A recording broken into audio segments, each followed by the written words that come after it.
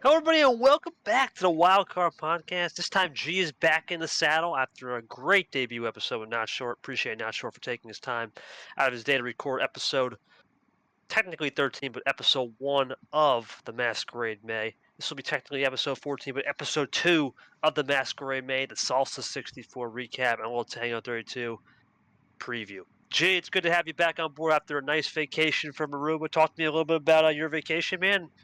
What we saw in round 1. What an interesting, crazy round. It still continues.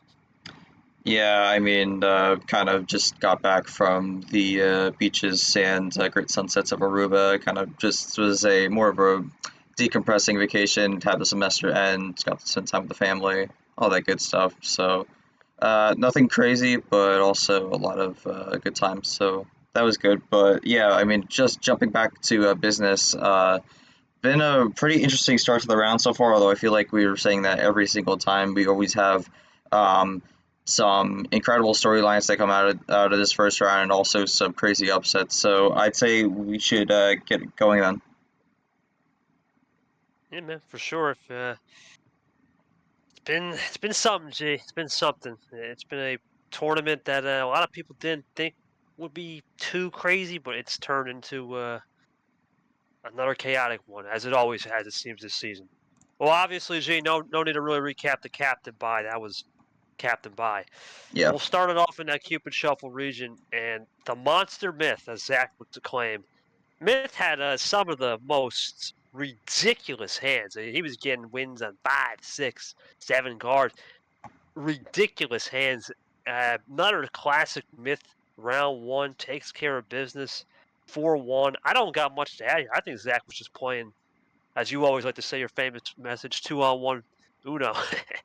It seemed like it, Jay. I don't really have much to add. Mitch just took care of business, and it was kind of an unfortunate way for Zach to lose. He never really had a fighting chance, it seemed. Where have I heard that before? Where it seemed that Myth had some really absurd hands in the first round. Um, Carson?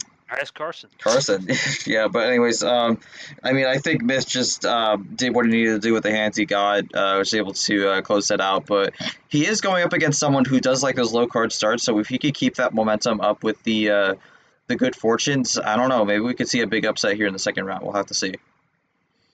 Well, gee, we'll talk about that second round preview because I have a lot of interesting thoughts of that match specifically. We'll see how that one goes. But nothing really to add there. It just seemed Myth was just dominant. Speaking of dominant and then all of a sudden reversal, this has to be probably one of the most shocking results of the tournament so far, G.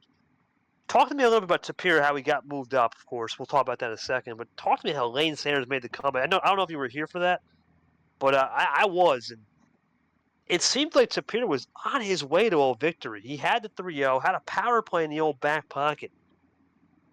And it just fizzled out, man. It was nowhere to be. He was nowhere to be found after Game 5. He just seemed to have lost momentum. The power play never came to fruition. Lane used it in Game 6 and was able to flush him.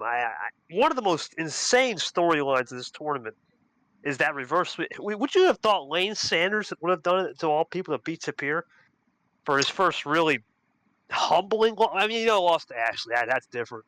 But this is his first real humbling loss. To lose to Lane in insane fashion. What's your thoughts on this, man? That was an interesting one, but it seemed it was just the first 3 was all Tapir, and the last 4, I feel like Tapir lost it more than Lane won it. Is that how you read it? Absolutely. I don't think that was a result anyone saw coming into this tournament. Tapir had been so dominant up to this point.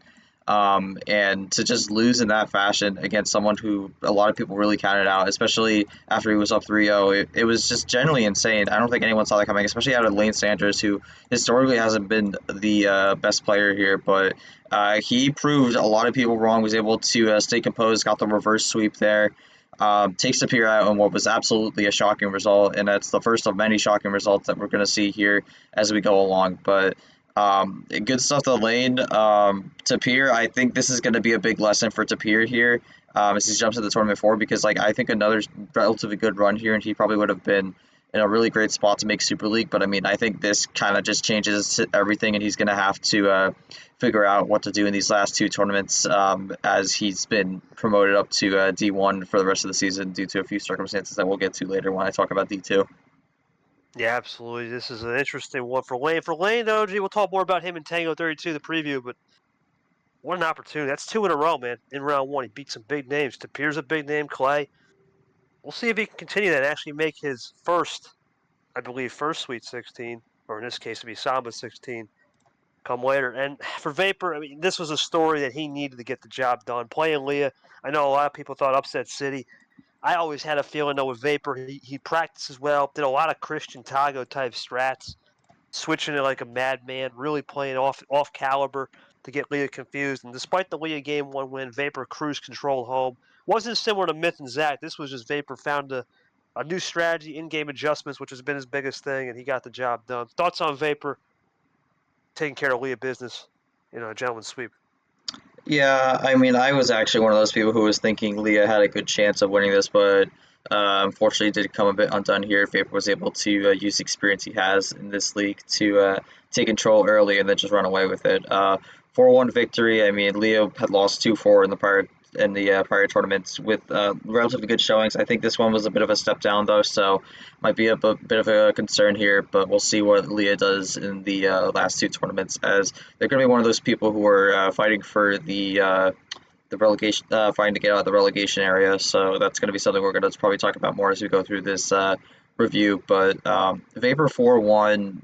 Yeah, I mean, this upcoming matchup with Sanders is going to be interesting. Depending on how this go, I could see that go either way, but we'll talk about that more in the Tango 32 preview. But for now, Vapor pretty much took care of business here and got the job done. Yeah, congrats to the Vape Show, as they like to call him. Good win for him. Classic Vapor. Now, I'm going to say this much, G. This has been your high hope. This was the only ranked on ranked crime game in the first round, and the questions are still arising for good old William Brock. Ammo control was one of the biggest things we talk about. All the things with William Brock. It's been ammo control. Can he fix it? It wasn't the case. ALP jumped out early 3-0. And for ALP, man, I know you said it too. I'm in the same, but I can't get a read on him. There are times where he looks electric, and there are times where it's like, how did he pull this win off? Brock's a good example. When he beat Peter, no one thought it coming. Tough to read on ALP. For Brock, though, a lot more concerns in the back pocket. This is the second time where we thought he can make the run, and it's just been tough. It's just been tough for WB, man. With thoughts on William Brock and what he's got to do, and ALP moving on, and the only ranked matchup of the round. It's just very intriguing for sure. I think Brock had a lot, including myself, had some people who were hoping for a little more, and I don't think he's exactly lived up to those the hype, unfortunately. So I think, in my eyes, it's been a bit of a disappointing season so far. He's going to have to figure out in these last 2 tournaments. Otherwise, he's going to have to come back here next year. I don't think he's really in the relegation battle because I think he's had 3 wins. So I really doubt that the bottom 12 is going to have a 3-win person in there. So I don't think that's really the concern, but he's got to figure something out here because this was a disappointing result. ALP, again, as you mentioned it, I really cannot figure out whether this guy is really good or just really lucky, or maybe even both. He could be both, but it's a hard read on ALP. He's one of the hardest. It's one of the hardest players to read on where they are in terms of the field, in terms of quality of play. So that's a tough read there, but ALP gets the job done here. He's moving on to the next round again. And Brock, I think Brock, it's time to just, in between these tournament 3 and tournament 4, to take a step back, try to figure out what to do to get that run that a lot of people believe he can get, and just move forward from there. Well, obviously for Brock, he is our first Super League guy that was really big, other than Sapir, to fall out of that the old contention. We'll talk about that when we get to the next couple topics here, but we'll talk more about Super League a little later. We'll see if Brock can bounce back, though. He is a intriguing player. We'll see what happens. Well, speaking of no intrigue, no questions needed here on this one, G. Jay Caesar, how about this? Sweep in an hour?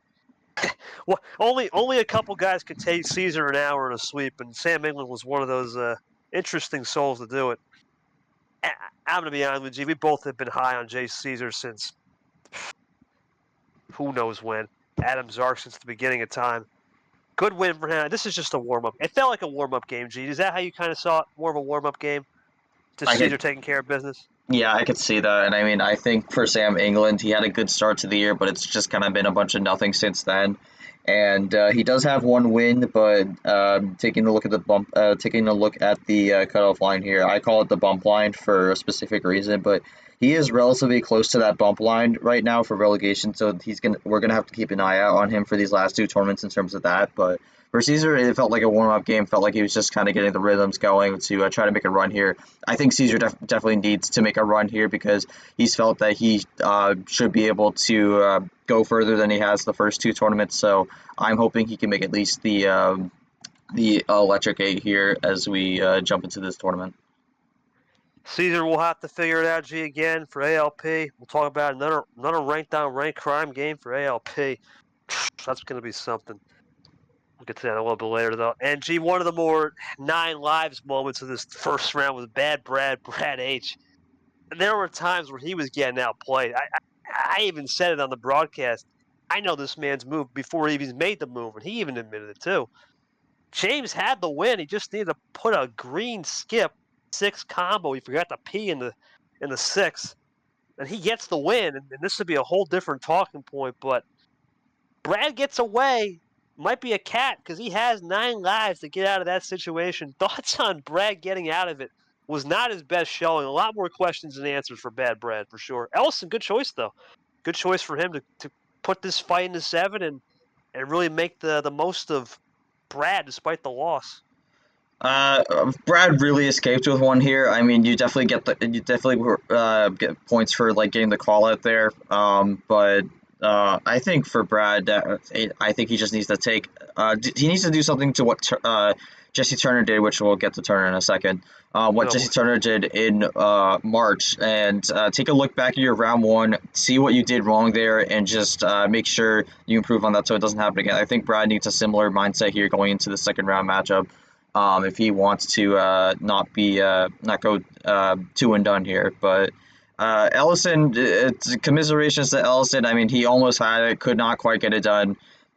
Drops him to 1 and 3, I believe, which isn't a terrible spot, but I don't think he's exactly in the safest spot yet. So that win would have been really good for him to have, but right now he's just going to have to settle with, unfortunately, just missing out here. He'll have to come back for next tournament to try to get that win again. Ellison is someone to watch. He's similar to another player we'll talk about a little later. Very, very, very sneaky 10 line there. We'll see if he can make a run come T4. Gee, I was not here for this. I was golfing, and I could talk about this. Man. Yeah, go for it. I don't even know what to think about this one. I don't even know what to say. Oh man, this is another reverse sweep here. Unfortunately, this is the same essence of Tapir and Lane Sanders. I mean, except you flip it. You flip it here. I would say fan favorite. Clip B was up 3-0 here, looking to get a huge win here. He's one of those 0-win guys who definitely could use it. Was up 3-0, had the power play in hand, but instead of not using the power play, he misused the power play.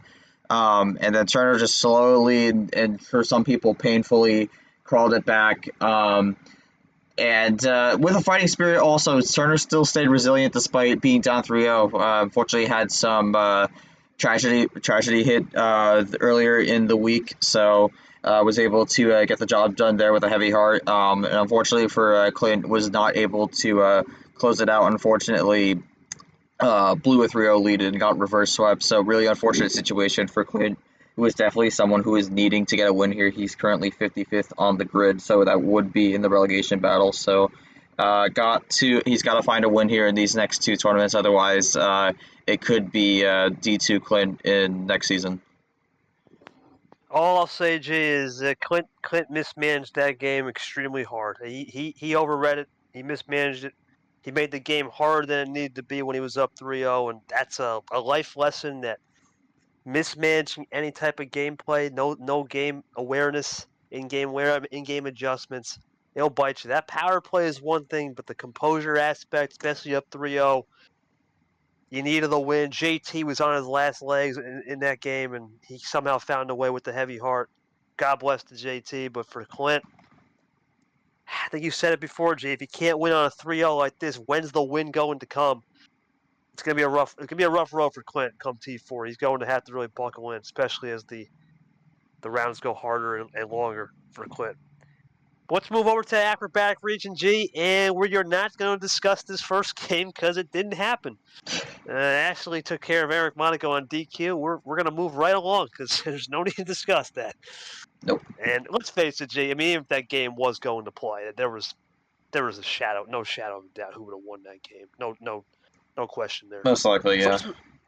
let's move to the second sweep. This is another game I was not here due to golf. And G, you want to take Ghost Bo? It seemed like Bowtie was out to lunch too on this one. Second sweep so far we've covered.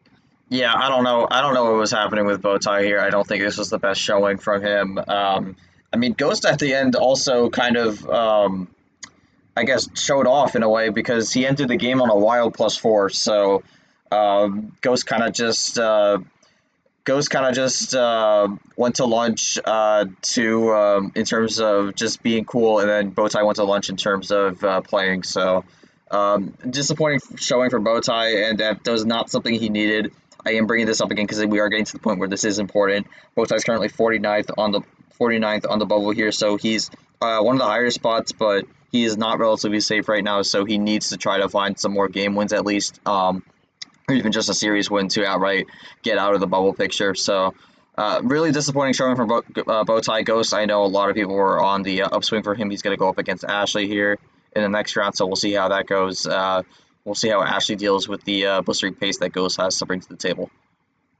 Yeah, Ghost is one of the fastest, if the fastest player in the league. He's the fastest draw in the West, as we like to call him. Good win for him. Now, this next one, G, once again, no one was here, and it was the Wednesday game, golfing again. Yepes Logan. I did watch a little tape of this one, though, just on a replay. It seemed Logan was too attentive to detail on a power play. He seemed too compulsive in certain moves, too reactionary. I think Yepes needed this win more of a situation, how I put it. He needed it more. He had more on the table, not just with Super League, but he had a lot of anticipation saying, hey, is the real Yepes back? Will he stand up? And he finally stood up to get a big 4-2. Still a lot more questions than answers for Yepes, of course, but he's starting to gain the rhythm. Thoughts on Yepes winning and getting back into the next round, trying to build a base right here? I didn't get to see a ton of this game, to be fair, but from what I was able to review on the replay, I mean, I think Yepes is just trying to rebuild at this point, trying to get back into that form, and I think this was a good game for him to do that. So I think for Yepes, good rebuilding game. Logan just kind of still trying to figure out what to do. He does have one win on the season. He's a little above the cut line right now, but he's definitely another person you have to watch out for. Definitely could use a series win, but also a few game wins help. So a 4-2 loss isn't bad for Logan here, but at this point for Logan, it's just about really learning here. I don't think he's going to really be one of those people who makes a deep run to potentially throw themselves into the Super League conversation, but I think for Logan, it's just about kind of a learning year at this point and just trying to make sure that you're not in that bottom 12. We'll see what Yepes can do. Logan definitely going to try to get one more win to secure himself into D1. Avoid that bottom 12, or as G likes to call it, that old bump day. So it's just we just got off the old Indy 500, but we'll see how those guys do. We'll see what Yepes can do in the next round. He's going to get Clay, and for Clay, G, this was the last game of the technical last full game of the round. Clay just way too composed for Retro's liking. Retro was all over the map. I don't even know half the moves he was making. Certain moves he was making, it almost felt like a practice match to him. And Clay, despite the game one loss, similar to how the other side of the region we saw with Vapor over Leah, it was the same kind of game, but in this case, way more composure from Leah, no composure from Retro. This has been a big problem for Retro all season, G. Composure has just not been there, and it showed right there. Thoughts on Clay winning, though, to play Yepes? Yeah, I mean, to be honest, I think Clay is definitely someone who kind of goes in easy-minded, so I think this was a good matchup for him. Retro's kind of all over the place, and I think that's the biggest thing he needs to learn to regroup with because it's been pretty much most games he's played so far in this league where he's just kind of all over the place. So good win for Clay, good rebound after a very disappointing tournament too. He's going to have a tough challenge against Yepes here, Yepes is looking to do some rebuilding here to put himself back into the top 15. But yeah, this is going to be a good matchup to watch out for. Clay's just outside the top 25, I believe, and Yepes is just outside the top 15, so both have a lot to play for here to move on to the the Samba 16. Well, we'll see how both of those guys do. And then this next game, gee, this was another one I wasn't really here for. It was the Rogers and Yoshi game. This was a confusing one. There are points where I think Austin Rogers had this game won, and then Yoshi just found a way on a power play. What was the game? I don't remember the exact game, but it was some. It might have been 5 or 6. It might have been 5 actually, where he just turned the momentum and nothing Rogers could do. Thoughts on Yoshi really staying resilient and Rogers almost fumbling this one? Yeah, I mean, I think for Yoshi, this is definitely when he needed to bolster up that confidence again after a really tough loss against DJ Curtis last tournament. For Rogers, I don't even know what's happening with Rogers. He played really good, and then he plays not good, and then he plays okay, then he plays not good. I don't even know. He cannot stay consistent whatsoever. So we're going to have to see what happens with him. He's one of those one-win guys, so he's got to keep an eye out on the relegation bubble, although I don't think he's as close as some other people, so we'll have to keep an eye out for him on that. But yeah, Yoshi moves on. Rogers, I mean, I think he's going to have to figure out what to do here to try and rekindle some of that magic he had from before. Yeah, Rogers will look to get back into it for T4, trying to get another win to get himself secure in D1. And this next guy, Jay, this has been a problem all season. It appears when you get your 100th game series or 100th game win, it's not working. This was another game that was a back and forth. I think it was. I think it was a split game with Lane Tapir. I'm pretty sure this was a short loss to stream. But Aiden Smith, big win for him. Eli, a lot of questions more than the answers from him. And we always talk about Eli's motivation. This is a big loss, especially since this was the only loss of the 14 being the 3, which we'll talk about in a second in this region, and just the only loss as an upset. You got to think missed opportunity for Eli, and a big chance for Aiden Smith to maybe shock the apple cart. Thoughts on Eli losing here? That's a big loss for sure in terms of the SL rankings and just the league overall.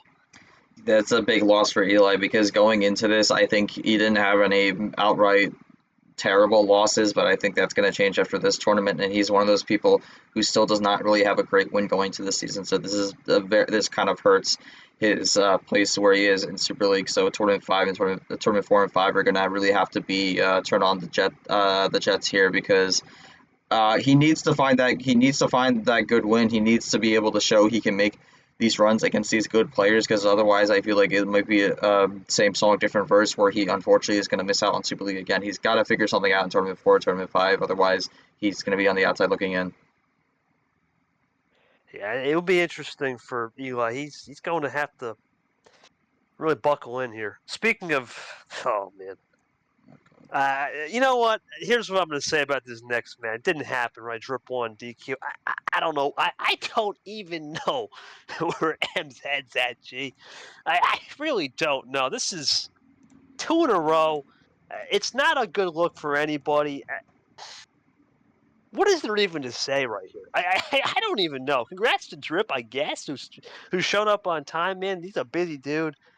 I think that for him, this is more of a serious problem. Forget relegation; it's just commitment's the issue there. I mean, M has 2 wins, so I don't even think relegation would be something that gets discussed. Although if it keeps being this DQ situation, there might have to be like something else happening, which I don't know about that, but we'll have to see. But yeah, I mean for Drip, round of applause for showing up. That we always like to give credit for that. Clap it up. But yeah, Drip showed up, and sometimes that's how you win. So yeah, moving on.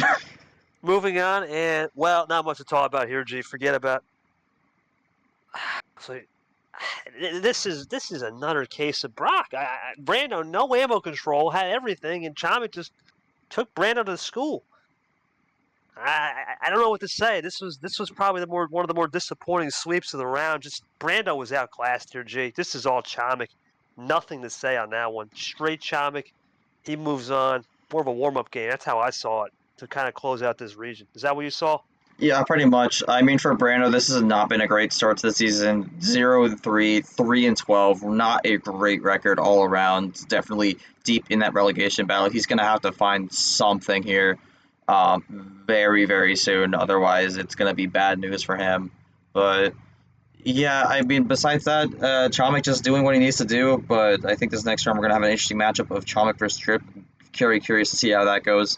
A lot of hype for Drip here, so for this tournament especially. So maybe he could get the job done, but we'll have to see. Both definitely looking for a lot here and a lot to play for as we jump into the Summit 32. But that'll do it for the acrobatic region. We'll jump into the Dragon Dance region now. Yeah, an interesting region here. We'll start it off. Well, never mind. We're not going to start. We'll start it off with just a brief. DJ won over Payne. That was more a league issue, G. It's something that we talked about in the past. Art's been a big proponent. We got to start a little earlier. This was just Payne had a vacation planned for Memorial Weekend, and he couldn't commit. That's not his fault. That's something we are going to work on. We're going to make sure next year we secure all loopholes and secure all windows and tighten all the doors. I think we'll work on something to try to maybe have a built-in off week around this weekend because it is a tough weekend to commit to games. I understand, so that's not Payne's fault for sure. But good win for DJ in the sense that he got the DQ win, and he got a little bit of a nice trip to Indy too. So double win for DJ there. All right, let's move on to the real first game, G. And oh boy, this is G. I'm gonna talk about the game. But I'm also going to I'm gonna say this. Abian, great win, great composure, great ammo control. You know, he needed to get the job done. You know, he was the underdog in this match because everyone said summertime gold is here. Favorite gold is here. Tournament 3 defending winner, right? Made the Final Four last year with Sanford, Gman, and of course, Dags over there. Everyone thought, this is it. This is it. It's Varigol's time. Summer gold, KT. What happened? This was just not the best showing. I know he said he had a vacation to Hawaii. He came back on a flight, but gee, how many more times can you make that as a legit excuse? I'm not sure when the win's going to come for Varigol. There's been a lot of question marks with this man. It has not been the year. 0-3 now. The fact that he's even in the consideration for not just relegation battle, right, to possibly go winless, that is just mind-boggling. Good win for Avion. He needed to get that win to secure himself and maybe make a big opportunity run, which we'll talk about in Topic 3 with Super League and whatnot, or Topic 2, excuse me. But gee, I got to add, this guy was the Super League runner-up. What has happened to our Varigol? What happened to 24K gold? What really did? He was one play away from winning Super League itself. Also, this is I don't even have any words. Fall from grace is the best I can say, but I mean, this has been just nothing but a completely disappointing season on every single metric for Gold here. I just don't know what's going on here. I know he's wished for more power plays, but that's just not going to happen. So I think he's going to have to figure out something in terms of the cards here. Could also just be getting nothing on the table. I mean, there's definitely some instances of players who just keep not really getting much fortune on the table, not really many bails here, and then some people get absurd bails here, which we'll get to that. But yeah, I don't know. I really don't know what to say. Well, Gold's got two more tournaments left to get a win here. Otherwise, he's going to have to be fighting for his life in the relegation battle. It's mind-boggling, G. That move from last year, where he was one turn away with the whole +2 debate, he forgot to single out the call. And you just think about the player he played in Yepes, right? Who knows where we could be? Maybe he is world champion gold if he actually gets it done correctly, and this would have been an even more ridiculous conversation, right? But yeah, it's been a tough road for gold.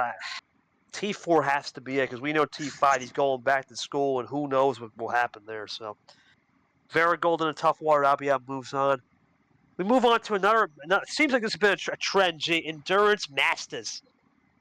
You know, this has been Acosta's theme all season. He loves the endurance. This is the 1-year anniversary of him. Actually, a year and a day now of him playing Yepes into the league. His debut game. What was it? It was like an hour something playing, hour 40-minute playing, in a best of 5 of Yepes. He finally got this mantra. I like long games. And Art, you know, I said the last episode, G, he's on the upswing, right? A lot more composed, a lot better maturity from him. People said he can't win long games. He did it. he stuck with it, and that takes a lot of composure. I know it is round one. He's notorious for having great round one wins, but he did a good job here, and he's starting to potentially, if he gets the right cards dealt and maybe some more upsets, he could be someone to watch in this region for once, with no Ashley in this region, with no big crazy name, right? Because DJ, we don't know about him as a one seed. Do you think Art's got something cooking here for once, or is this just classic round one Art, similar to round one Caesar and KT? I'm gonna be honest. I didn't really see much that I haven't seen from Ard here in this round. I think he just pretty much got the job done here. And I mean, we've seen with a lot of these players here that sometimes this long style just not work out here, and that's really what Acosta's been running with. Has one win on the season. Is definitely someone who's like in that relegation area. He's not in the he's not in the last four, but he's definitely someone who's like knocking on the door there. So he's gonna have to keep an eye out for tournament 4 and 5. Make sure he at least gets the game wins and hopefully a series win, because obviously the goal is a series win. Because then if you're at 2 wins, I'm pretty sure you're gonna be safe. But 1 win, not so much. So we're gonna have to see how that plays out. Yeah, Costa has a lot more questions than answers for him. Is the long game theory work? We'll see. Jay, I really do feel sorry for this next guy, Christian Tago. Matt cannot find. This is the 3rd series in a row. I think 4th of his career, where he just goes 7 every time. Just can't find the deal. I watched this game back because I had a meeting, and he was playing lights out Uno. There was not many mistakes he was making, but ultimately, I think the only thing I could pinpoint is just didn't understand power play awareness. Probably could have took this into a 3-0, and he would have had the luck. You feel sorry for him. Tago got away with one. A lot more concerns with Tago, though, because let's face it, G, if Mac understands the power play, he's out, and Mac's moving on. I think that's the only thing that you would have to be worried about Tago, is his awareness there to understand, hey, you know what? You got lucky here, but when you play Art's better at power play. He understands the game more and understands the awareness. Is this concerns for Tago? And your thoughts on Pac 3 in a row? Start the year in 7, looking to be another top 35 guy in the results. Tago, I mean, he's been doing a lot of practice games here, but even then, like the power play awareness is a bit of a concern here. Art is not going to be as easy with him on that, so he's got to make sure he gets that settled. Otherwise, he's in big trouble here. I mean, for Mac Johnson, I just don't know what he does here, because that is the 4th time he's lost in 7, and he's 53rd right now. But the problem is that we currently have 12 people, technically, who are at 0 wins right now. And since the relegation is 12, that means, and that's why I called it bump day. Essentially, these 0 win guys are going to have to bump their way into the top 52 with a series win to bump one of these 1 win players out. So it's going to be interesting to see how that. You're going to have to keep an eye out for all the people who currently have 0 wins going to tournament 4 here, see if any of them get that win, because if one of them does, the 1 win players are no longer safe, and then they're fighting amongst themselves to make sure they are not in that bottom 12. So yeah, I mean, Mac Johnson has been knocking on the door for a while now, but he has still not opened it. So we're going to have to see what happens in tournament 4 and tournament 5. Yeah, Mac is a guy that I know he's a fan favorite. Everyone wants him up here, but it's the old adage, G. To stay up here, you got to win. And maybe you'll have a chance in T4. It's going to be a tough one to really say with him. He's playing better. This is the best I've ever seen him play. But we'll see how it goes. If he does go to D2, it could be a threat down there, because it appears that he's made a step. It's just power player awareness is the only thing that's lacking. All right, G, we go from that to probably the worst pot of the entire round. This was a disaster. Let's start with Nam Brian. Let's forget the game for a second, right, G? I know I've been on the Nam train since minute 1, right? I really have, right? But I know how to call a spade a spade. That was a disappointment. I'm sorry. The scheduling, Brian made time for you. You know you got to do better than that. You can't be leaving this man one available day in the window and expecting. He showed up. God bless Brian. Brian absolutely kicked this man's butt. I mean, let's face it. If Nam doesn't get a 6-card start where he has 3+4s in a wild, and the momentum just shifted into he's gone. He's going home 4-2. Right? There's no and ifs or buts. Disappointing for him. He's going to get the win here, right? But disappointing, G. Just it left a sour taste knowing he shouldn't have won this game. And Nope. professionalism, it's not there, man. It's just not, and he knows he's got to be. I know he's 14 and all, but that's no excuse. He knows he can't be just making one day for someone when you had a whole week and Brian gave us times. That it's got to be better from Nam on a professional level. He knows what's up in store. Thoughts on just non-professionalism? It's been questionable. And Brian, he much improved. Definitely felt he should have won this game. Very improved. And from where he started last year, complete 360 for sure. Yeah, I mean, I thought a different match was going to be this, but in my opinion, this was the biggest robbery of the round. I think Brian absolutely deserved to win this game, but the bot straight up just told him no. So that's really, really upsetting to me. I don't think Brian did anything wrong in this game, and he just was not given the opportunity to close it out. It's disappointing professionalism from Nam. He moves on, but like it's got to be better going forward. He can't have a repeat of this again. Otherwise, there's going to be some serious issues. So hopefully this does not happen again. I'd say we just move on to the next game. Well, yeah, we're going to move on to the next game. And then, this unfortunately, this is another one. This is even worse. We started the stream on Saturday. Everything was going good. Dark's there. Everything's clean. Ed's up 2-0. And then all of a sudden, we have an hour of ghost time. And we get a resumption on Monday night at 10 o'clock, but it wasn't the same Dark. I mean, congrats to Ed on his first win, but it's the same thing. It seems Dark and Nam are in the same boat, and it's worse for Dark being an advisor, and you start to wonder, is the pressure get too big for Dark? Did Ed did he steal one? A lot of questions in this pod, G. All I'm going to say is congrats to Ed, though. He's been trying 6 times now to get a first, or 7 times to get his first career series. He got it. He beat the chess master, which is not easy to do. Thoughts on Ed really staying locked in, and what happened to Dark? I mean, that's really the billion. What happened? I'll never know. Yeah. I mean, before we start this, all I really have to say is this. Oh man.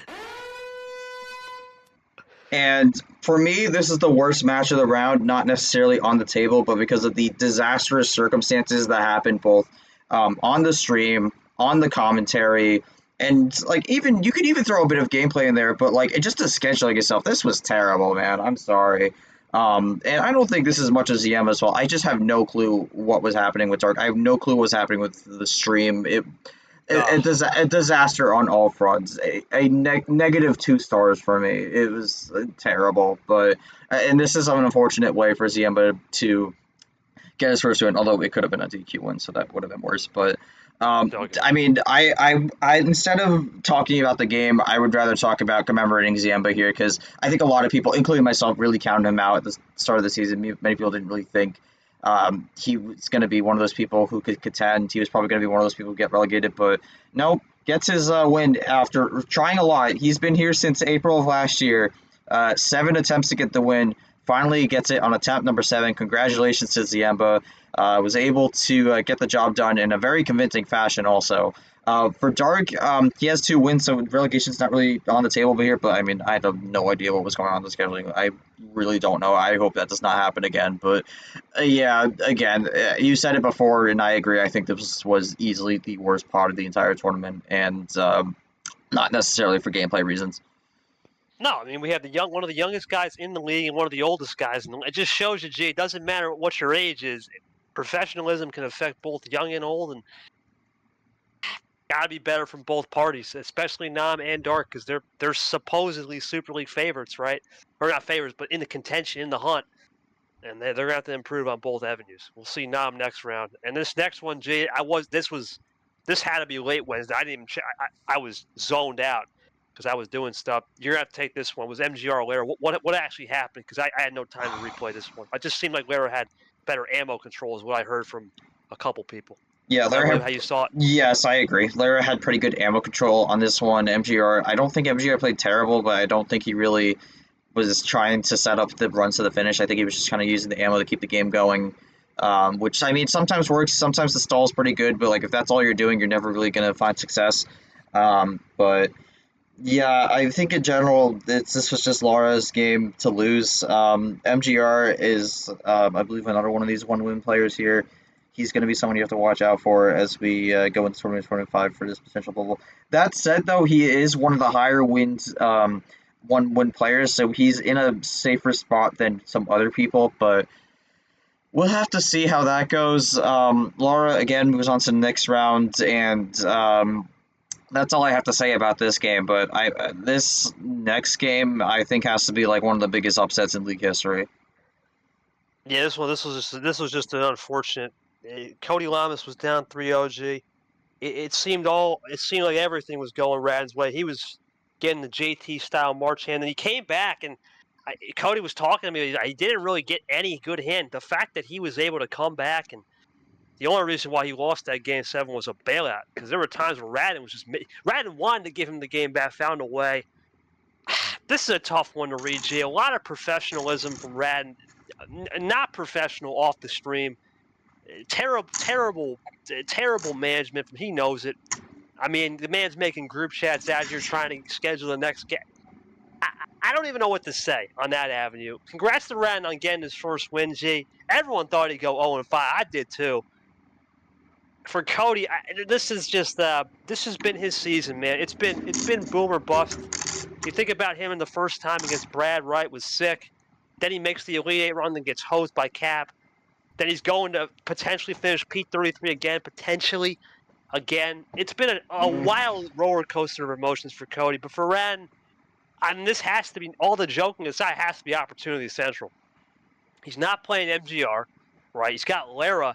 Someone's got to get to the Sweet 16, the Sama 16. You got Edwards the Emba, no more Dark left, and Nam's got to quit. This has to be the most unpredictable pod of the tourney now. We got 4 people that all have questions, and there's no answers to clear cut it for sure. Thoughts on that, G? Surprising. This is absolutely insane. I have no idea who is going to be on the bottom side of the bracket for the Electric Gate. If I had to guess, I think it's going to be Nam, but we'll have to see. But that's going to be for later. I have no words. I think Rodden was able to manage it to an extent. I mean, there was multiple mistakes throughout the game, but I think just sometimes you're just able to get good blessing from the bot and just be able to stay in it, and that's what he did. And I think Cody stayed in it also. He used a lot of the skill we know he has to manage it, but unfortunately, again, it's like the game ended on a bailout +2, which is sadly what I was kind of expecting it to be. But yeah, one of the biggest shockers of all time for me. I don't think anyone realistically saw this coming. We'll see how it goes in the second round, but yeah, Rodden becomes, I believe, the first Middle Eastern D1 player. I think I ran to the Middle East. Yeah, I believe the first Middle East player to win a D1 game or D1 match. So congratulations to him on that. But yeah, it's crazy because you look at the Dragon Dance region, the top looks pretty normal because you don't really have upsets here, and then the bottom's chaos, absolute chaos. You don't even know what's going on there. So yeah, it's insane. Gee, if Brian was one game, one momentum, he could have been here. I mean, that would have been even more cracked out. But incredible job from all 4 of them. We'll see. Most unpredictable part of the tourney. Well, if we go for the most unpredictable, this was the most unpredictable region of the tourney, G.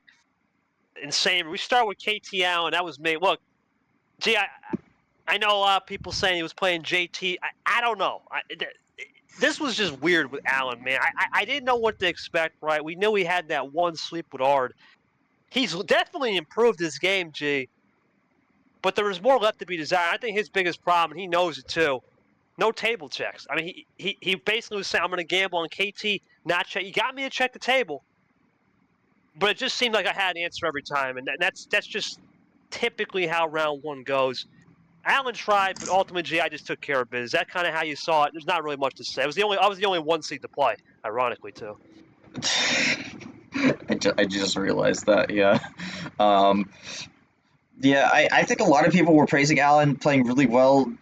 I don't think he played terrible, but he still also got swept again. So something clearly not clicking there, but Allen's 0-8 to start the season, which is bottom of the table, although he's played in 2 tournaments, so not bottom. Monaco and Cologne are technically still below him since they've only played in 1, but Allen has to find something. Allen has to win. That's the thing. Allen has to win unless a lot of people DQ, which I don't think is going to happen. Because if Right. Allen can't get a win, he's guaranteed to be in that bottom 12. Because the way it works is that first it goes off series wins, and then it goes off tournaments played. So the fact he missed tournament 2 already puts him at a disadvantage if he's one of these 0-win players. So gotta find a win if he wants to get out of relegation here. But probably should start by getting a game win to start because he's 0-8 right now. Yeah, I don't know. It's going to have to be T4 for Allen. He's got a lot of potential, but it's similar to Brando. He needs to really figure something out. Probably in ammo control. That's probably the only thing I could think of other than he tried to play a game that it just was overmatched. And speaking of, everyone thought, oh, KTH is no. Seth Cole came in playing. This was the 10 a.m. game. Cracked out energy, making mistakes. He made the Uno power play mistake again. Missed an Uno call. Missed a +4, and he just forgot to say blue and red into a draw. And somehow, some way, he found a way. H, once again, just not enough connections, and a lot of people thought he'd be the sophomore class favorite to win it. It's not happening anymore. He's definitely someone to, I mean, I don't think he'll get relegated, but he's someone that has to start thinking about now one win on the season, and he needs that second win. Seth, big win there, but a lot of mistakes. Gee, this could be an interesting match coming up, and your thoughts on just Seth getting through by making at least 10 mistakes off the top of my head. Insane. Yeah, I'm taking a look at this right now. I think for H, as long as he doesn't blow the game record, I think he'll be okay if he doesn't end up getting a serious win in these last two, but definitely something he's got to keep in the back of his mind here. But yeah, I mean, Seth played phenomenal here. I've thought Seth has been better than what his record's shown, and he was able to prove that today. I'm going to be honest. I actually think KT could be on. You could be on upset alert here in the second round. I think Seth has a lot of things he could bring to the table. Maybe a little bit on the unluckier side of the league when it comes to cards, but I think Seth has a lot of good things going for him. I definitely think he's someone you have to at least consider as a potential possibility of getting a big upset here in the Tango 32. We'll see how it goes. Seth's a good guy. He's going to be someone to watch for sure. Speaking of unfortunate circumstances, gee, what happened to Stingray? Once again, everyone thought top 10 in the league, his chance, right? You got Zay coming in, and he got torched. Composure aside, one of his worst performances at the wrong time. Zay just took advantage of, I guess, Sting just having a lack of composure a little bit and not being on his game. Thoughts on Zay winning? He needed that for Sting. I mean, this is a top 10 player. Definitely a lot more questions again on answers as this region continues to get crazy as the 13 goes over. Yeah, I have no words for Stingray. I don't think he played that great. Zay, I think, got the job done here. I don't think I've necessarily been the highest on Zay per se, but I think Zay has definitely shown that they know what to do to get the result they need. They go up to 2 wins now, so they should be relatively safe from the relegation battle. So they will probably be back here next year. But I think for Zay now, the focus is getting a good win here because they haven't really gotten that yet. Well, actually, no, they got this win on Singer. It's getting more good wins, and you have a great opportunity here in this next match, we'll get to in a second. But good stuff for Zay. I think Stingray, he's got to figure this out here because he had a very weird exit in tournament 1, had a good run in tournament 2, and then just this in tournament 3, an absolute disappointment. He's got to make sure this does not happen again for the rest of the season. We'll see how it goes for Zay, see if he can get a big win for Sting. It's got to be a bounce back, man. I don't think it has to be a bounce back in terms of making a Final Four. He's just got to get back to these 16s and start to build the platform because it's a concerning loss, similar to how it was in March when he lost to Bad Brad. We'll see. Well, gee, this unfortunately, I mean, is a fan favorite. Not even this is a guy that was the #1 player entering the league last year, and he's been on a ball from grace. Fitzy, I don't know what to say, man. You know, I got mixed emotion. He's a great dude, but came back from the health issues. Just it seems like the problem with Fitzwater has been since the start of the league, right? He said it too, one turn away every time, and it's just outdated. The style's outdated. You can't just stay OG classic, and Fitz got burned. Carson gets it done after the mid-sweep and sweeps in round 1. Big win for him. Thoughts on just Fitzwater's fall from grace and Carson moving on? Crazy to say. Fitzy's 2-8 right now in the games record, and 0-2 with that missed tournament. He's going to have to get a series win, otherwise he is going to have to be in this relegation battle. But I don't know what I don't know what you do here. You got to bring a completely different style to the table here because his style just does not work. Although I will say, last season he was 0-3 to this point, I believe. No, actually no, wait, no, he wasn't. He was 1-3. 1-3. He did get a win, and he did get a win in one of these last two tournaments last season. We'll have to see if he could bring that kind of energy back. But I mean, yeah, I mean, this was the guy who at the start of the league was the #1 overall seed, and then he's just it's been nothing. I think his total record is like 2-7 now Two at and this eight, point. 2-8, I Two and think. eight. Two and Oh, eight, something like two that. and eight. Well, he missed tournament 2, so I don't know if it's exactly that. No, 2-7. Yeah, 2-7 on the series, 14-27 on the games record. I mean, it's just I have no words. I don't think anyone could have saw this coming from before the season began. It's been a tough run for Fitzy. You know, he's a guy that has a lot of fans, right? We know he's the #1 player entering the league last year. It just has been it's been tough, man. He knows he's got to get better, and we'll see what happens. It's going to be a tough road for Fitzy, though. Well, we just talked about one style doesn't work, and this is the definition. Peter Onjak, number efficiency. Man, 4-1 to Nick. Nick just outplayed him. There's not much to say. This was just true. Nick outplayed him.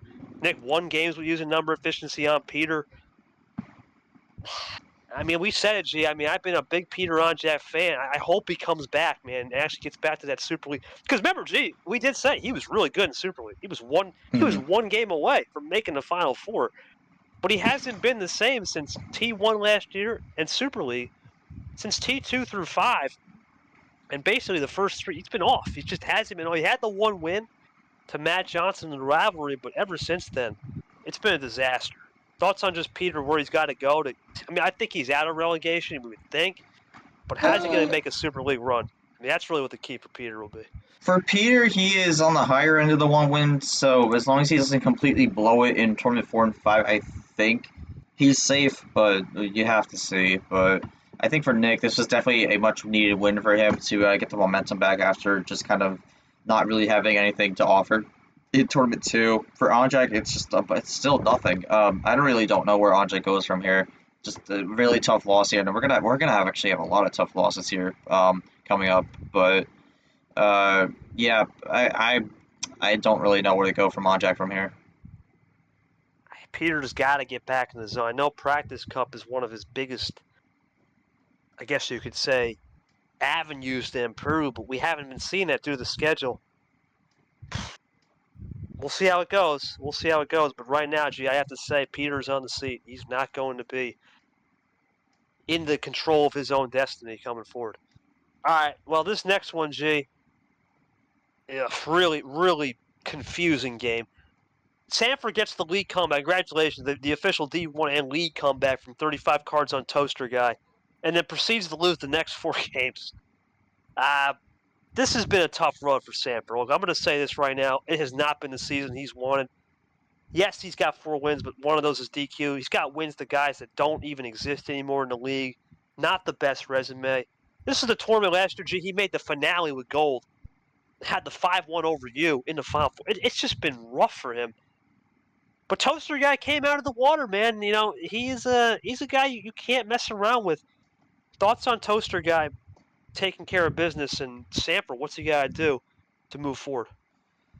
I mean, I'm not sure because I think Sanford played really well in that game 1, and then just beyond that, just kind of a situation where like you're getting like average, below average hands, and then like it's just kind of throw a +2 in there, and then you're just given junk. So it's kind of a difficult situation to get out of, especially when your opponent has some runs to the end here. Toaster Guy gets a much needed win here. He was one of those 0-win guys coming into this tournament. He gets a much needed win here to bolster himself out of the 0-win, but not necessarily safe yet. Still in, so he could definitely still improve his score. Could get the win on Nick and then be pretty much safe. But yeah, I think when it comes to this, just gonna have to go back to the drawing board, figure it out. I guess we mentioned it before a lot last year, but he did a lot of experimenting per se. I think maybe in between tournaments he could go back to the lab, do a little more experimenting there, possibly find something big to get his season back on track. Well, Jay, I heard rumors, and this is just a straight rumor. He might actually join a practice cup. That's incredible to say, but it's possible that he could be in the contention for a cup. Which who would have said Charles Sanford a practice cup this late in the season? But you never know. Only 2024. And now the last game that will be talked about. So I guess we'll just kind of talk about the monkey game. It didn't go off. We wish Jeff and his family the best. It was a family issue. That's completely understandable. Gee, you know that we're not going to discuss it publicly. Yeah, But absolutely. we wish Jeff the best.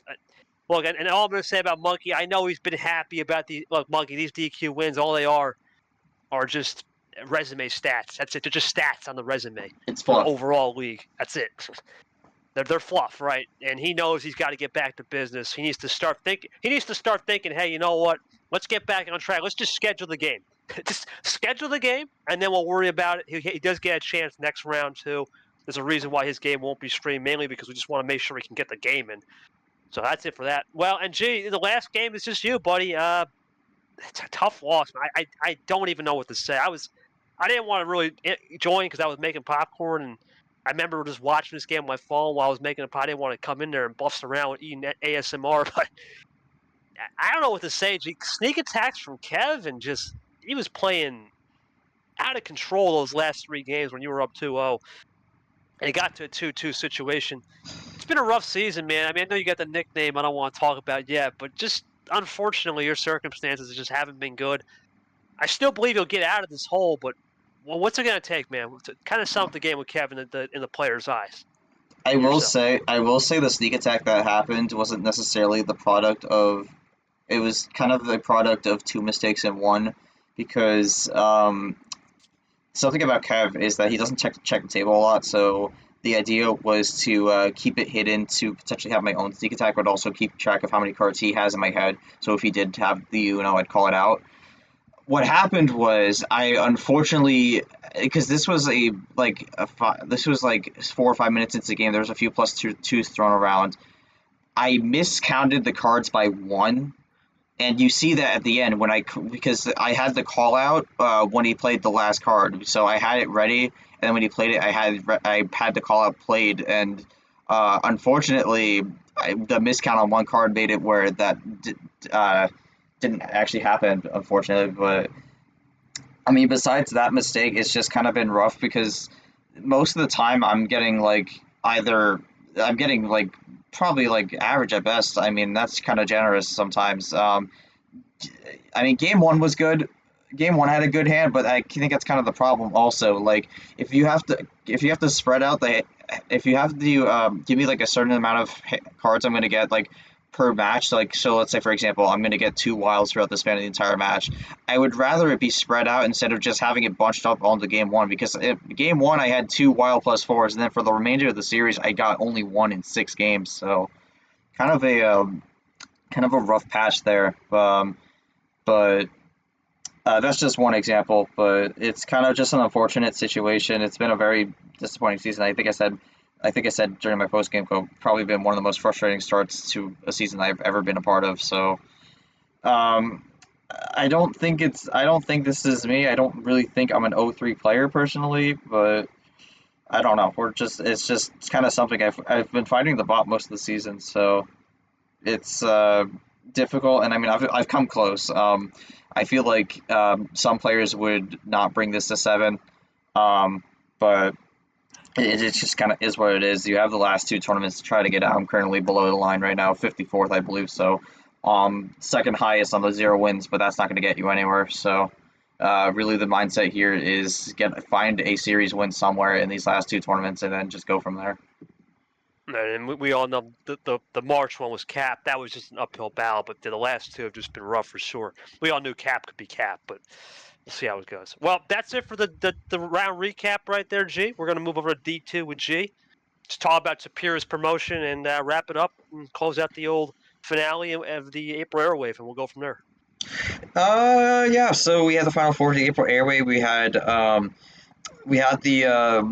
the Final Four of the February Flurry against the Debutants for Tournament 2, and we ended up getting a 2-2 split. For that, we had a rematch in the Final Four of Tapir versus Stefan, and then we had two newcomers in Gaunt and Myhill go at it. Tapir repeated history, beat Stefan 5-1. Stefan kind of just had nothing for Tapir there. For the disappointing way that ended, but he also made back-to-back Final Fours. So that's a good thing. But then you also had on the other end Mihail Gun, which ended up being 5-3, and Mihail taking it there was able to control the cards well and able to take out a name that a lot of people were actually circling as a potential favorite to win the whole thing. So then the final was Tapir Mihail, went down to game 9. Tapir ends up taking it 5-4 because the first player in league history in either division to win back-to-back tournaments. And with how he did in the April Airwave, or not the April Airwave, with how he did in Aquatic April with the Final Four run, was decided by most of the commission that he just stay up in D1 for the sake of just making sure that we're not having this issue with the like a number, since some people did drop out. So Tapir stays in D1 for the rest of the year. That gives some opportunities to some D2 players, but Tapir ends D2 with a 10-0 record and 2 tournament wins, which is absolutely absurd. So good stuff to Tapir, but we'll be jumping into tournament 3, which will be starting relatively soon. So theming is going to come very shortly, so you'll have to keep an eye out for that. Yeah, thank you, G. We do wish Tapir the best. Obviously, he didn't have the best start to his first official D1 start, right? Not just as a transitional or free trial player, showcase player, whatever you want to call it. We'll see if he can bounce back in T4. He's still squarely in the Super League hunt. And speaking of a transition, let's go to the Super League update, top 15. Gee, what a top, forget top 15. Let's just go full 25. What a topsy-turvy round we had. We start off with the first 5, nothing really to harp about, right? We all knew, barring some stupid Ashley, myself, Cap, Chomik in a sense, as well as DJ. We really were going to take care of business, DQs or not. It starts to get interesting, though, Jay. You know, you look at JT, a lot of question marks on him, right? Despite the 3-0 comeback reverse sweep, it's against Clint. That's not the best way to finish it off. Then you got, of course, the Stingray loss, right? We have no idea where Nam's head's at after the professionalism issues. He's at number 8. Mm-hmm. Monkey, I mean, that's a DQ win. That's really nobody. And you look at Eli in the top 10 before we get to the bottom half here. He gets the loss. I got to say the biggest winner out of this, I would say the top 10, I would have to go with Chomik. I think he can really make his case to be a top 4, make the big 3 into a fantastic 4. And the losers have to be Stingray for sure, Eli for sure naturally. I got to go with potentially Nam and unfortunately, JT, the mindsets are just very concerning. Is that how you see it, as the biggest winners and losers in the top 10? That's actually exactly how I see it. Yeah, and I mean with JT and Nam, even though they won, I mean they really did feel like losers coming out of this round. Just they don't really know where your head's at going into it, and bit of a situation. And I think for Nam here, this is not a great situation here going into the second round here because he's got to get through this. Otherwise, he's going to have a bad loss on the resume. And I think in general, if that happens, it's just going to be a complete disappointment of tournament 3. So a really tough spot for Nam to be in right now, although some of it's kind of self-inflicted, unfortunately. And then Turner is just, again, just the question. You don't really know where Turner's head's at right now. But he's going to have to go up against tough competition with Brad H, who I also think is a winner. And I think Brad H is a big winner here. He's not in the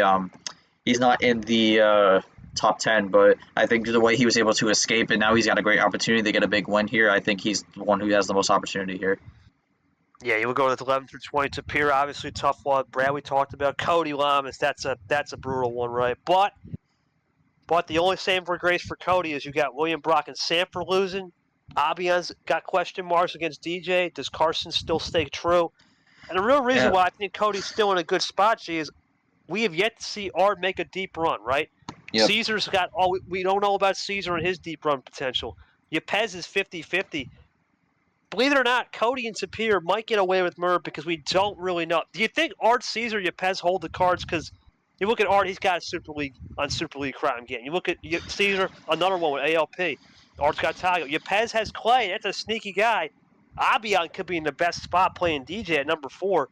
Carson, unfortunately, has no ranked game. It's going to be Zay. But you got to look at Can Art Cesar Yepes actually make that jump to that next tier, G? That's what I'm looking at. Is that how you see it? I could very easily see Caesar getting that jump. He's definitely very motivated right now. Ard is kind of a tough one to read. Yepes is also rebuilding, so I could see that. I actually think, even though Glass has the KT win, I don't think that's going to be enough at this point to save him. I think he's going to drop out of the top 15, but still think he's going to be relatively on the bubble here, so he's going to have to bring it back for Tournament 4, Tournament 5. But you look at this top 25 here, outside of the top 15, only three of the next 10 lost. That would be William Brock, Sanford, and Dark. Dark also, by the way, Dark is 100% dropping out of the top 25. I don't think there's any questions there. He will not be in the next reveal show. But I mean, look at the remaining people. I mean, Yepes, that's 16 here, right on the knocking on the door. Avion, Carson, Drip, Tago, Ghost, ALP. Drip didn't play, but all those other guys did get a win there in the last round. So definitely looking to move up here, past some of these people who did not quite get past this first round here. So going to be interesting to see how that goes for them. But this bubble's going to get more interesting. We could see a lot of people drop out. We could see a lot of new faces jump into the top 15. Yeah, it's going to get wild, G. It is going to get wild. It's going to get absolutely legit right here. Who's a contender? Who's a pretender? It's going to get good, G. You got to think, though, Brad Avion, they're licking their chops, right? You got, and even Ghost, too, to an extent, right? You got the number 1 player coming to town. You've got a number 4 player coming. You got JT. That's going to be an insane game. We got a lot of good previews to go. Let's get into that Tango 32 previews and predictions here, G. Let's start it off with the guy from Bi Island, Captain Myth. I kind of said earlier, G, Low Tides is going to be the name of the game. Myth does not like anything higher than 8 or 9. Cap can't stand anything higher than 8 or 9. Oh, boy, this is going to be a luck-based game, and these are really hard to predict. I'm going to go Cap here. I'm going for – well, actually, I don't even have my CPU predictions. We were doing this before a reveal show, but the CPU, I think, did go Cap 4-2, if I'm not mistaken. So I'll go 4-2. I think Cap just has more experience on those low numbers. Myth might be met as mad. We do know Cap can go up if he needs if the car luck's not going in his favor. So I'm going to go Cap. Myth's outmatched here. What do you think? Yeah, I think this might come down to a game of roulette here, and I think if you have to compare the luck metric, which I mean is a bit of a hard metric to read sometimes, but I mean definitely something. These are definitely both players on the higher end of the luck metric. I think Captain's is a little better though. Definitely see it with his style. Also, he loves these low card starts. Loves running the gamble here, and really pays off for him well here. So I think for Captain, it's going to work out for him. This is his style. He's going to be able to play it. Give me Captain in a 4-1 victory here, because I think with this, sometimes it's really going to come down to who's going to consistently get the better luck here. So I'm going to have Captain there 4-1. Yeah, I just corrected myself. CPU actually had your prediction 4-1, but I'll still stick with 4-2. I think Mick gets 2. This next one, G, really hard to read. Lane and Vapor. Man, you look at Vapor, he plays a lot of good light switches. Lane is just chaotic energy. You never know what to expect from Lane. Composure is going to be tough, but it won't have to be tough because it's a non-streamed. I'm going to go Vapor here, but it's going to be closer than people think. I'll go Vapor at 4-2. I think he has more of a composure edge on Lane. He understands the platform a lot better than Lane. And I think he moves on to play Captain in the Samba 16. I'm going Vapor here. Give me 4-2, but it will be a closer game than people think. What says you? Yeah, I'm also going to go Vapor 4-2 here. I think Vapor, well, there's definitely a few questions here and there. I think definitely has the playstyle down. Lane Sanders was able to make a miraculous comeback against Tapir. Big win there, but this second round has always been pretty difficult for him.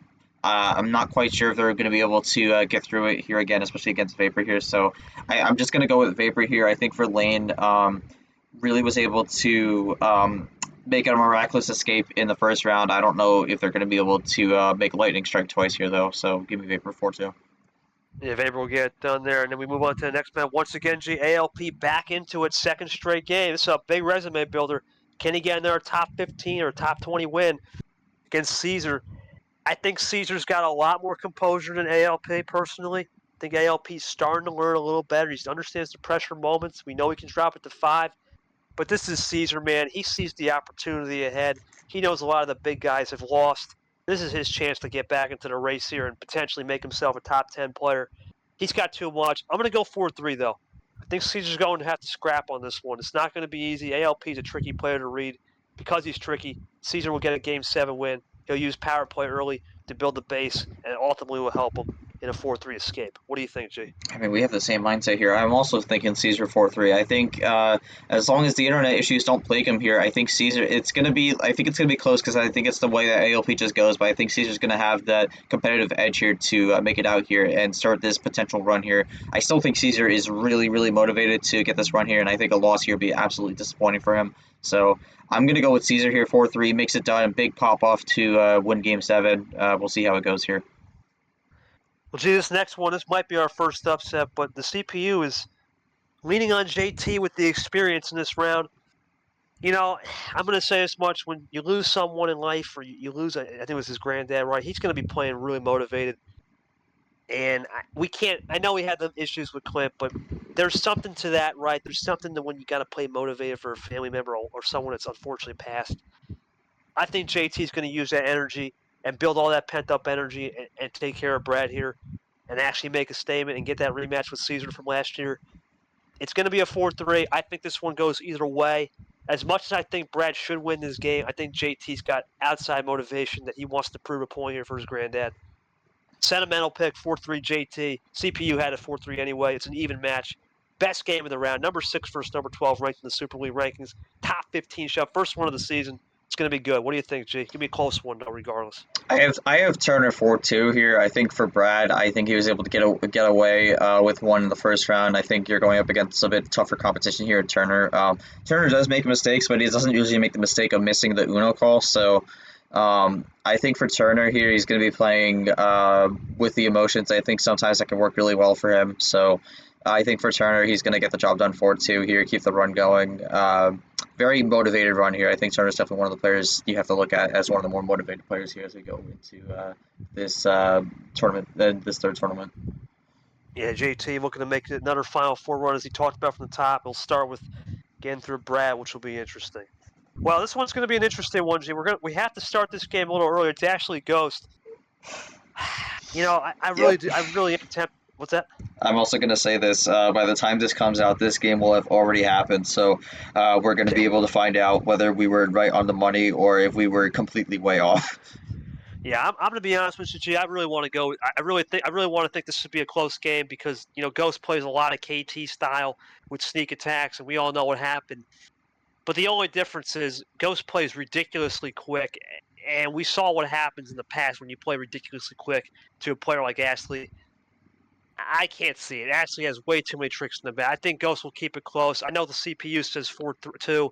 I'm going to go 4-3. I think Ashley does have a little bit of a feel-out process off the old technical buy island with the DQ of Monaco. But I think this is just too much for her. She's still a dominant 1 seed as always. Give me 4-3. Ashley takes care of business.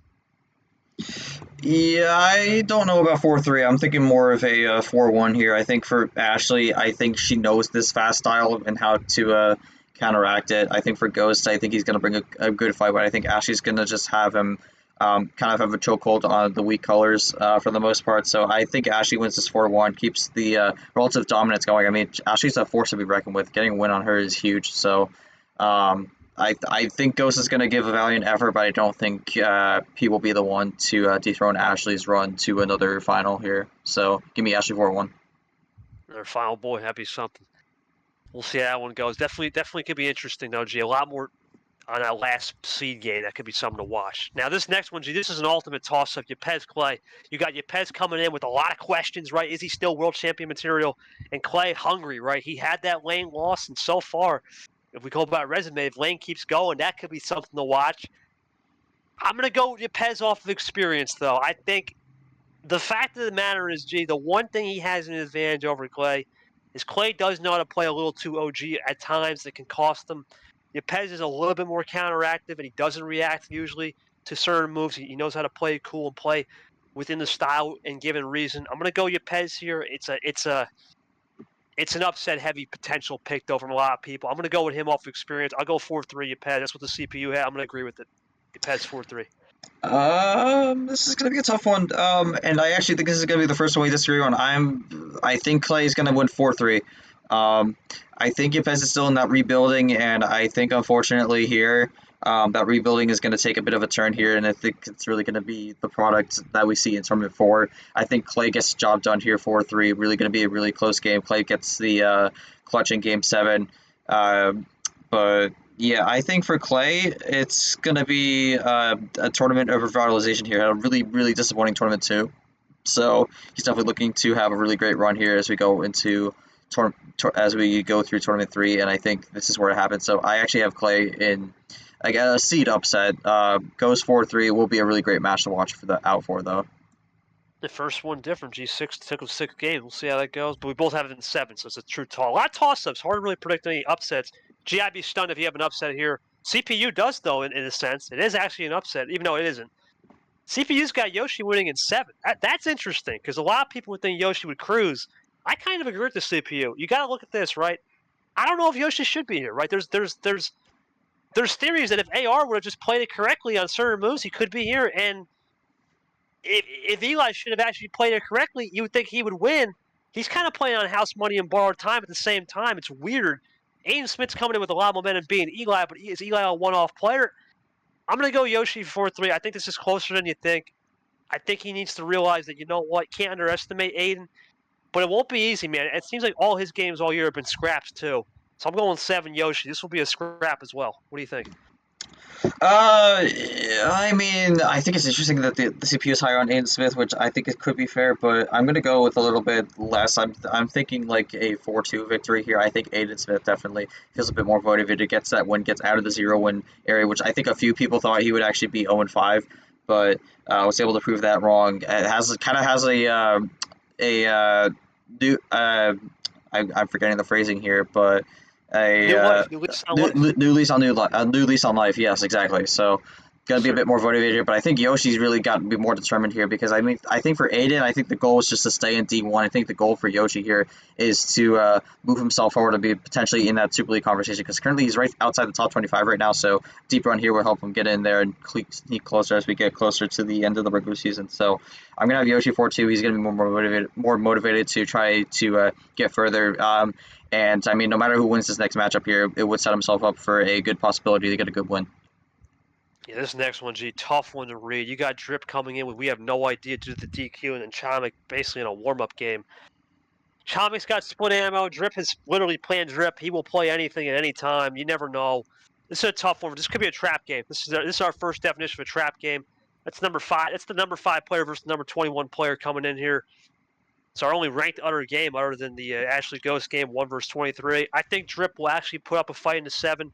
But Chomik ultimately enters the Fantastic Four conversation. He moves up to the Fantastic Four and starts to make his case. He gets the job done. Give me Chomik 4-3. Drip is going to fight like hell, though. Don't count him out. I did say that I think one of these tournaments Drip's going to have this big run. I was thinking maybe it could be this tournament, but based on what I've seen so far, I think Drip's going to have to wait one more tournament here before he gets that run here. Give me Chomik in a 4-2 victory. I think Chomik's looked really good right now, has a lot of momentum on his side. So I think for Chomik here, this is just about getting the job done and moving on to the next round here to try to solidify himself to move up a little further into the power rankings here, as we get closer to the end of the season. So give me Chomik 4-2. I think Drip's going to have to wait one more tournament before he has that big run. We'll see how it goes from Drip and Chomik. That should be a good one to wrap it up in that region. All right, G, the unknown right of DJ being a 1 seed, first time in his career. This is his first real test of being the 1 seed versus Abion. Abion needs this game more. DJ needs this to say, hey, you know what, I can actually be a 1 seed and contend for Super League.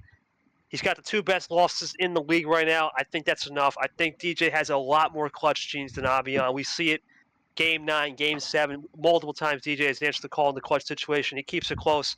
Game 7, DJ comes out. He gets it done, but he survives a 4-3. It's not going to be easy. Abion's really good using split ammo. He's really good at pace management when he needs to. And he's got some interesting, weird, wacky, meaty answers by not answering the question when you give it to him. It will confuse DJ, but DJ ultimately ends the win in a 4-3. What do you think? Could be a good one, G. Yeah, I'm going to go with Curtis here. I think Curtis has been looking really good so far this season. I think he's shown that he's kind of in that upper echelon of players, and he's had a really good run here. He's kind of slowly moved up here because like Samba 16 in tournament 1, Electric 8 in tournament 2 could potentially make it to the final 4 here, and I think he has a solid path here to make it. So we'll have to see how it goes. I'm going to go with Curtis here. I'm going to go with a 4-2.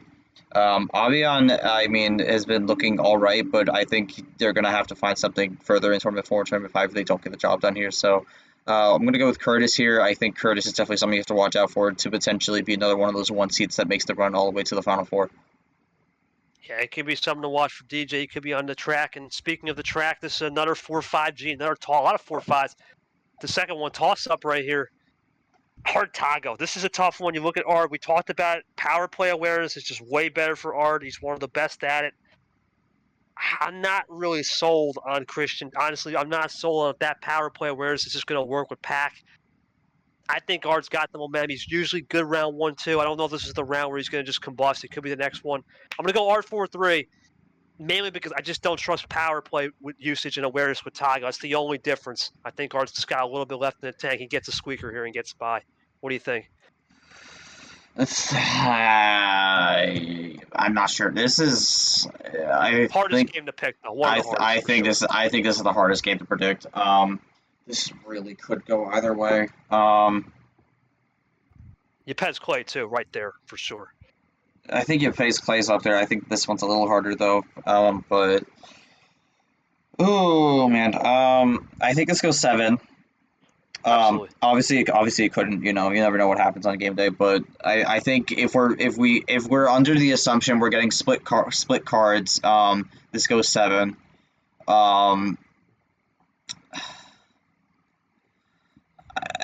I think I'm gonna go with Ard actually, and here's why. For Ard, I think this has been so far about a season of consistency, and he's kind of slowly built himself up here. Because he's in around the same spot he was last tournament in terms of seeding. So he has the 4-13 or 5-12. I think he was a 5 seed last tournament. Yes. Yeah, 5 seed. So he had that. Has the win there. I believe that was actually also a 4-2, if I am not mistaken. No, it was a 4-1. Beat Bolton 4-1. So and he beat kind Peter of just 4-2. beat Peter 4-2. Yeah. So kind of a slow build up here. I think he's going to have enough to beat Tago here. I think Tago has a lot of practice in him. He's a lot of motivation to get a deep run, but I think Art's going to just stop that. I think it's going to be another situation where Art's going to face the 1 seed in the region. He's going to have to figure out a way to get past that. So if that ends up being what happens, we'll get to that. But I think Art's going to barely hang on and take this 1-7. Yeah, it's going to be close, man. Art is he's been looking for that big fish. He might get it with DJ. We'll see if it happens. Gee, this next one's hard to predict as well. Nam Ed. CPU is not high on Nam at all. After the professionalism issues and the way Ed was playing against Dark, it's got the upset. It's going Ed 4-3. Ho, ho, ho. Here's what I'm going to say. He's a young kid, right? I've been on the Nam train since minute 1. Young kid, though, and you can see it's affecting him. He knows he messed up. At that age, it's hard to recover. You're not going to just easily flip the script. I don't think he's got enough of a recovery time. I think Ed's going to take advantage using his first career win, build the momentum. This is my true upset special. I'm going Edward Ziemba to make his first career Sweet 16.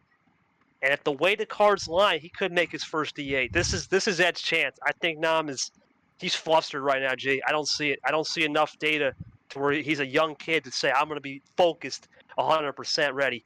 Don't see it. Give me Ed Ziemba 4-3 upset city. This is actually the exact same reason I'm also picking Ziemba, because I think for Nam it's like kind of just the mental is kind of out of there because he kind of knows it was a bad situation. He kind of knows he really got. I think even he know when the game ended he just kind of escaped with one against Brian here, and I think with the mental state, I think it's something that takes a reset in between tournaments, not just in between matches. So I think the mental is going to be all over the place. It's kind of hard to recover from that. I actually think Ziemba has a lot of motivation going for him and playing relatively well against Dark also. So I think Ziemba feels like a new player now at this point. So I'm going to go with a 4-1 for Ziemba here again.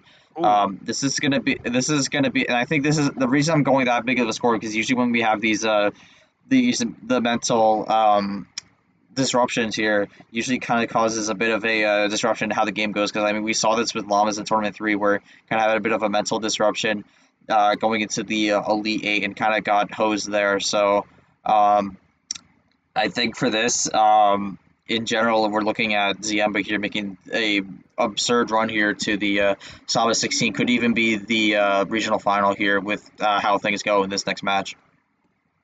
This next match, I don't even know what to think. Radden is playing on ridiculous house money. Larahuo won the Battle of Canada. Now it's going to be another second straight for Larahuo international matchup, this time with Iran. I think Larahuo has figured out enough to just beat Radden. I think it'll be close. I think Radden actually has improved, mainly because when he gets the cards, he can attack. But too many mental errors from Radden at the end of the day, it's going to cost him. Give me Larahuo 4-2. I think it's pretty much set in stone. That it could easily be Larahuo Ed, but it could be Larahuo not with the worst. I'm going Larahuo. He sees this as an opportunity. It's an opportunity pod. Give me the Canadian to get it done. What do you think? I'm thinking Laura also, but I think for Laura, it's really just about not falling for the insanity of Rodden that he's brought to the table with the random group chats and whatnot. Just got to stay focused and locked in for that. So I think for Laura, it really just comes down to making sure they don't lose the mental state of the game and just keep the composure going. I'm gonna say a 4-1 here. Assuming they do that, but if they don't, I think this game could go a very similar fate with the Llamas want to get out of control very quickly.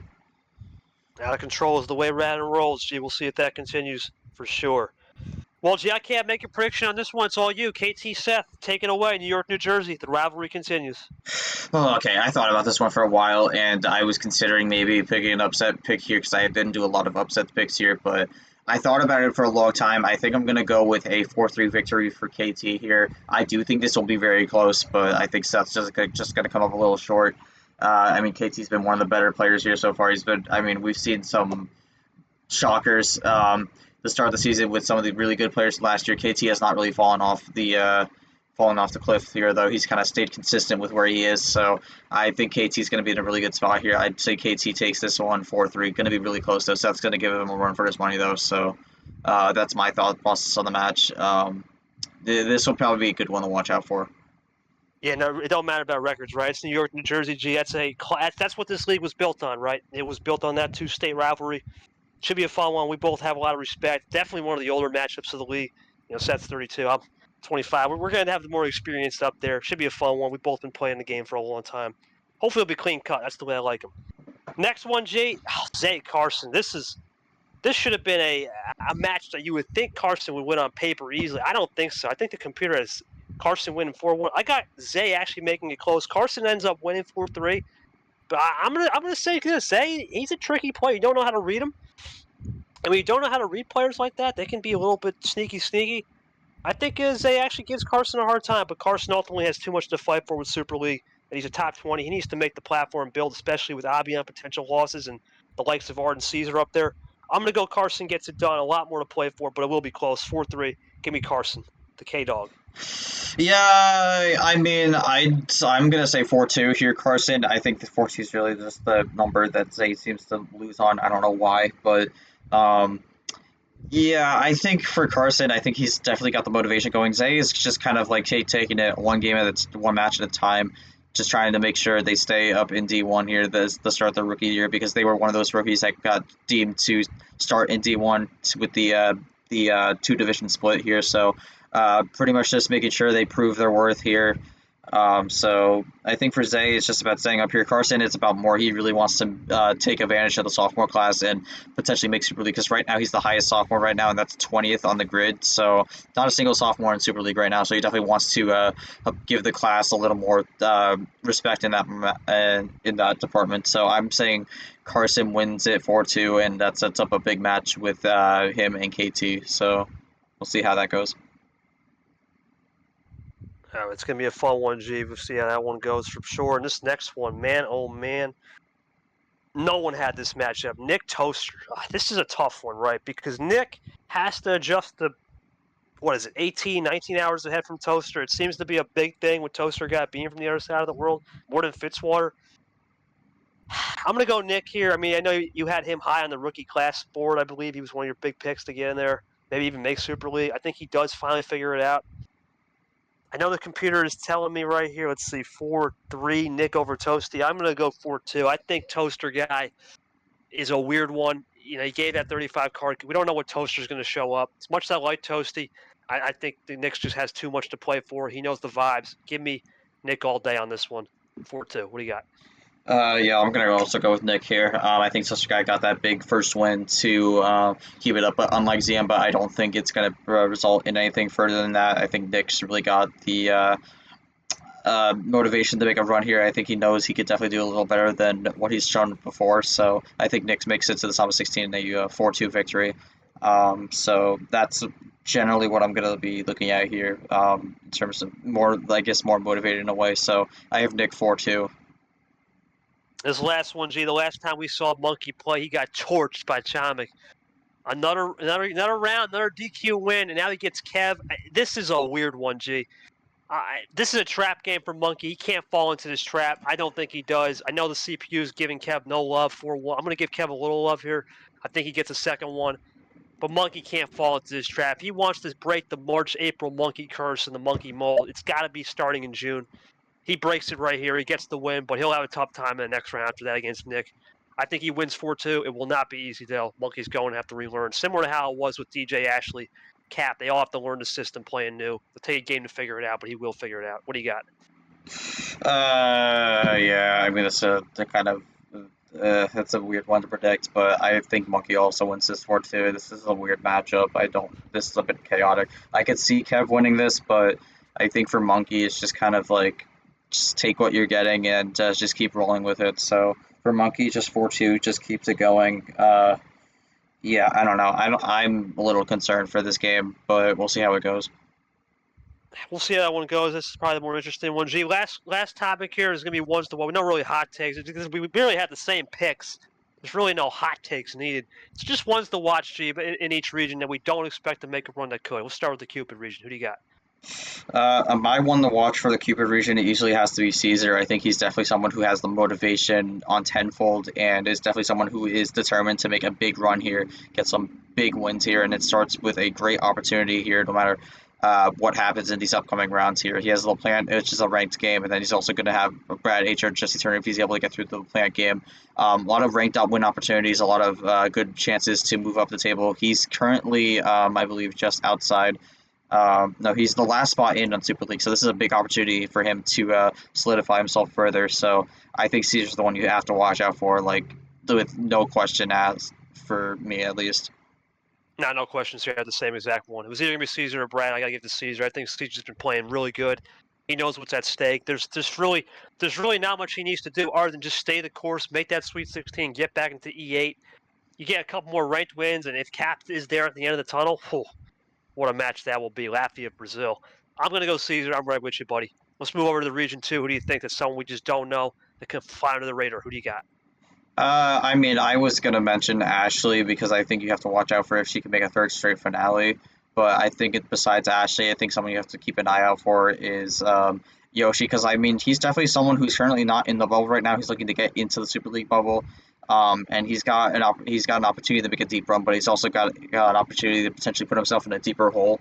So he's definitely someone you have to keep an eye out for in terms of trying to make a run here. So I have my eye out on Yoshi. See how that goes. What about you? Got Clay all day. I think we talked about this. You got a really good path right here. You get through. Clay could be the first guy to get through 2 world champions, right? That'd be something to say. If he gets through our world champ and then another world champ, that's a complete resume overhaul. He needs it. And who knows? He gets a little lady luck with Vapor losing the lane. That resume all of a sudden is through the roof. Got to look at Clay as the guy, right? But he has to get through 2 world champions potentially. That's not going to be easy. But if he can, we'll start to rethink about Clay's metrics for sure. But Yoshi's a good one too because he's going to lose. You can't lose. You lose to Aiden. It's like, oh man, you had this win on A Riders, but then you lose to Aiden. He's in a tough spot too. A lot of interesting one. I'm going to go Clay though. Really good opportunity to seize the moment for sure. Well, carpe diem moment. For this next region, G, who do you got? You know where I'm going with this. So who do you think? Who do you got here? I mean, when you're looking at this region, I mean, I think for me, the person I'm watching out for is Ziemba, which sounds kind of surprising, but I think I was kind of impressed with how he played. Last in round one, and I think he's got a very, very new motivated mindset to get another win here. Because he broke. Because usually the hardest thing, it's usually the hardest win to get is the first win. Everything out after that gets a little easier. So. I think for Ziemba, really going to be motivated to go further and further. Make a huge run here that no one was really expecting going into this tournament. So I actually am looking out for Ziemba here, who has a really big opportunity to get another big win here. Well, Big Dog Art, always. This is it. This Yep. has to be it, right? I mean, this is no surprise, right? We said I made the stupid take. He make a Final Four. That was a joke take. I think his goal isn't Final Four here. His goal is to get through Tango and get through DJ. And you look at the bottom half. If Nam's not there, opportunity central. He's just got to take it one game at a time. Now, would he have some problems? Maybe if he did have the Elite Eight, right? If we actually did have Nam, sure. But if Nam's not there, and it's just Art, and he gets through Tayo, and we think gets through DJ, it could be an opportunity, right? He's in the same boat as Caesar, inconsistent, but he can make a run here and start to pressure that top 10. I'm going to go Art, but Ziemba pretty much has to be the close second, G's. It's really just if he gets through Nam, what's going to happen against Lara Radin? If he can beat Nam, then he could usually, you would think, beat Lara Radin, but you never know in this league. Who knows? Last region, G, I'm going to take this one started off, and I noticed we have all these great people, right, to pick from, yet I'm still going to kind of go with the old status quo. I still think it's Monkey, right? Because as much as I think Kev, Nick, Toasty, Zane, they're all great stories, Seth, they're all great, it has to be Monkey, right? You're coming off of 2 DQ wins. What's your mindset really be? You know those aren't real. You know those aren't. How are you going to step up to the plate when everyone says you're only a March and April player? I need to see it right here. If he can go out there and make an E8, he knows what's at the end of the tunnel potentially. If he goes out there and loses round one to Cav, well, we know where he was, right? Those DQ wins means he just doesn't have enough of a platform. He needs to be a base player. He needs to play round one, and it's not working. Monkey, all eyes are on him. G, can he actually get it done? Because if he can do it, he starts to get consideration for those buys, and that's something I would have never even thought of entering last year. What do you think, G? I got Monkey. That's fair. I'm actually looking at another player. I'm looking at Carson here. I think Carson has a big opportunity here to do something that no sophomore has done so far, and that is make a Final Four. And I think he has a really great potential path to do that, and also potentially to put himself into that top 15 for Super League, because I think he's definitely looking to do that. Probably been the best sophomore so far. Had a really, really for tournament two, a really disappointing tournament two. Kind of ended before it even started. So he's really motivated to try to get this run in tournament three to solidify himself, and I think really is someone to watch out for. Has a really great opportunity to get the job done. So I'm keeping my eye out for Carson here. I almost said the Larson, but it's all good. I almost said Larson. Yeah, Man, I mean, I was keeping my eye out for Larson on Sunday. I was doing good until he decided to speed on pit road, so that sucks. And then also Mother Nature did the double, so. Well, did the triple for us, so it came to our way too. We got ruined our Monday, but regardless, I want to say, yeah.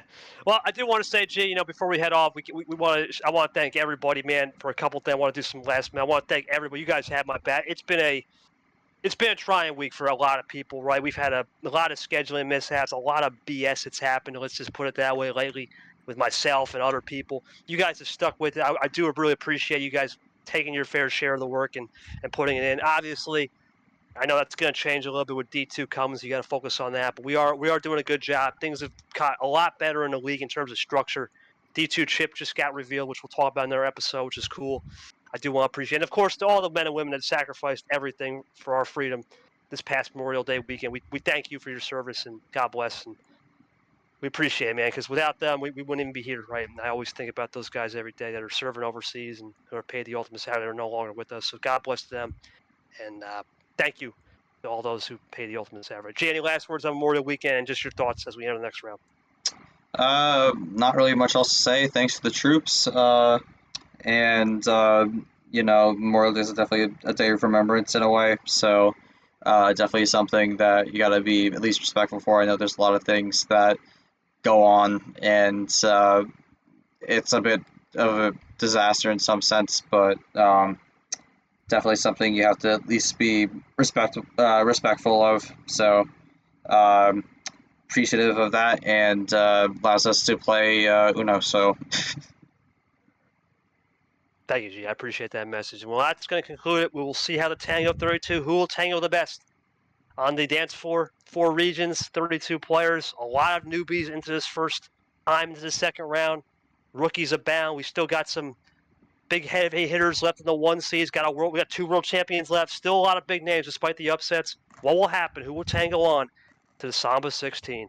For myself and G, it's been a pleasure. Check us out on Spotify, Apple Podcasts, and of course our home base on YouTube. Let us know what you think of the show, and we'll keep you guys posted, as with links in the server on Discord as well, with the links and channels below in the description. For myself and Jay, it's been a pleasure. We'll see you next time for the Samba 16 preview, a Tango 32 recap, and some D2 updates as well. Peace. We're signing off. Have a good night, everybody.